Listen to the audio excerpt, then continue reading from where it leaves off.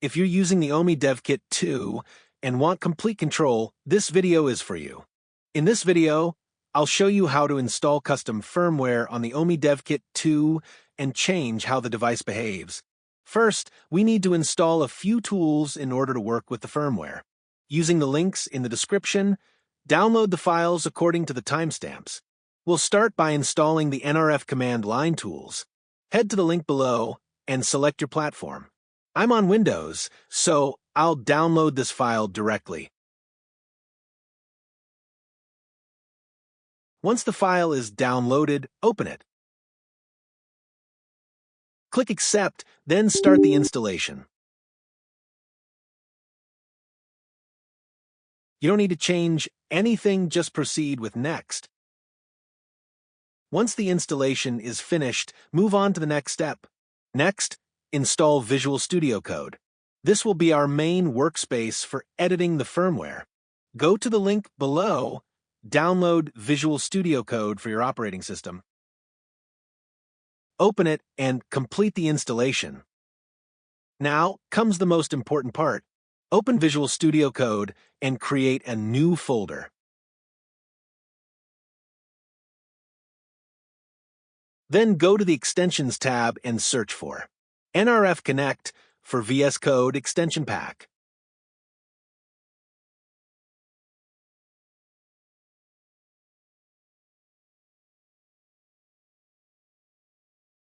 Make sure you install only the extension pack.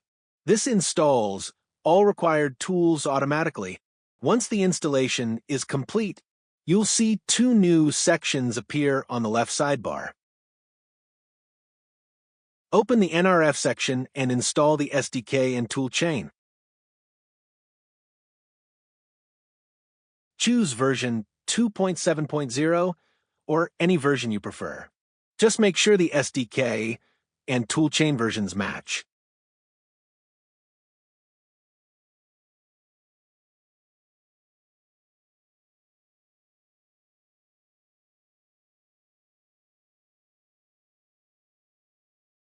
Next, install Python, preferably the latest version.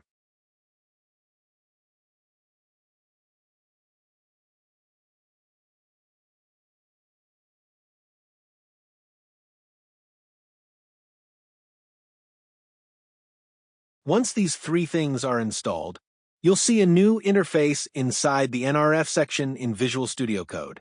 Now head over to Omi's DevKit 2 GitHub page, linked in the video description. Download the latest version or your preferred version as a zip file. Extract those files first, and then open the extracted folder in Visual Studio Code. Make sure you open this exact folder, so you only see the DevKit-related files. If the video is moving too fast, feel free to pause or slow it down. Inside the folder, you should see an Applications section, with DevKit inside it. At this point, you can start modifying the code to change its LED behavior or custom vibrations or any other functionality you want. Once you're done, go to Applications and click Add Build Configuration. This may take a while to load. When it finishes, select the correct CMake preset, based on your DevKit version.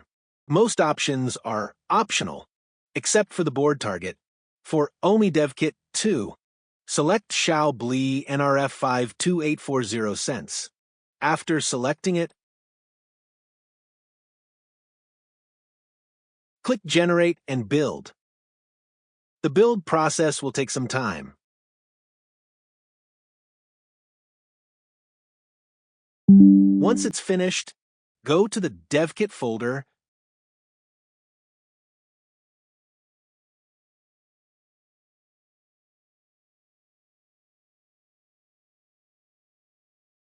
open the build directory,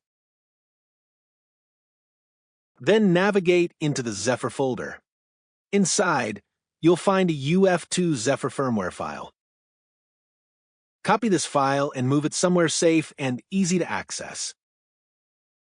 That file is your custom firmware. Now let's move on to flashing the device and installing our firmware. Open the DevKit as shown in the video and locate the RST button as shown in the picture and on screen. While the device is plugged into your PC, press the RST button twice quickly in a row. If done correctly, a new drive will appear on your computer. At the same time, a red light should turn on the DevKit. This means the device is in flashing mode. Now, go to the link below and open the Omi documentation. If this is your first time doing this step, download and install the bootloader file only.